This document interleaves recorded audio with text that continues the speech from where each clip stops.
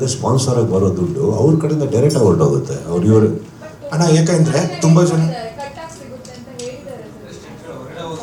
ಏನು ತಪ್ಪೇನಿಲ್ಲ, ಇಲ್ಲಿ ಬರೋಕ್ಕೆ ಹೇಳಿ. ಅಣ್ಣ ಇದು ಯಾಕಂದ್ರೆ ಈಗ ಏನಾಗಿದೆ ಗೊತ್ತಾ, ನಾನು ಹೇಳೋದು ಕೇಳಿ. ನೀವು ಹೇಳೋದು ಕರೆಕ್ಟು, ಅವ್ರು ಹೇಳೋದು ಕರೆಕ್ಟು.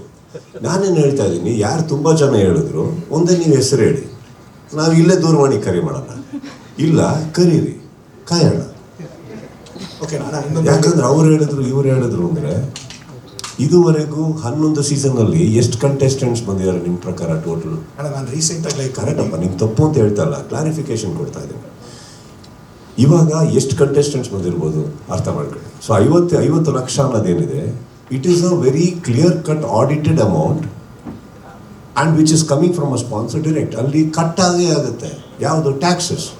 ಅದು ಬಿಟ್ಟರೆ ನಮಗೆ ಅದ್ರ ಮೇಲೆ ಅಧಿಕಾರನೇ ಇಲ್ಲ, ಯಾಕಂದ್ರೆ ಅದು ಒಬ್ಬರಿಂದ ಇನ್ನೊಬ್ರಿಗೆ ಹೋಗ್ತಾ ಇರೋದು ದುಡ್ಡು. ಕರೆಕ್ಟ್? ಅದು ಬಿಟ್ಬಿಟ್ಟು there are lot of other facilities, sponsors ಇನ್ನಷ್ಟು ತೊಗೊಂಡು ಹೋಗ್ತಾರೆ ಅವರು. ಸೊ ಅದು don't go by that. But ಬಹುಶಃ ನೆಕ್ಸ್ಟ್ ಟೈಮ್ ನೀವು ಯಾರಾದರೂ ನಿಮ್ಮ ಸ್ನೇಹಿತರು ಆ ಥರ ಬಂದು ಹಿಂಗೆ ಆಗಿದೆ ಅಂದಲ್ಲಿ ಒಂದು ಹೆಸರು ನೋಟ್ ಮಾಡ್ಕೊಂಡು ನಂಬರ್ ತೊಗೊಂಡು ಕೊಟ್ಟರೆ ಬೇಕಾದ್ರೆ ಇನ್ನೊಂದು ಪ್ರೆಸ್ ಮೀಟಿಂಗ್ ಮಾಡೋದು. ಬ್ಲ್ಯಾಕು ವೈಟು ಬಂದ್ಬಿಡ್ಲಿ ಹೊರಗಡೆ.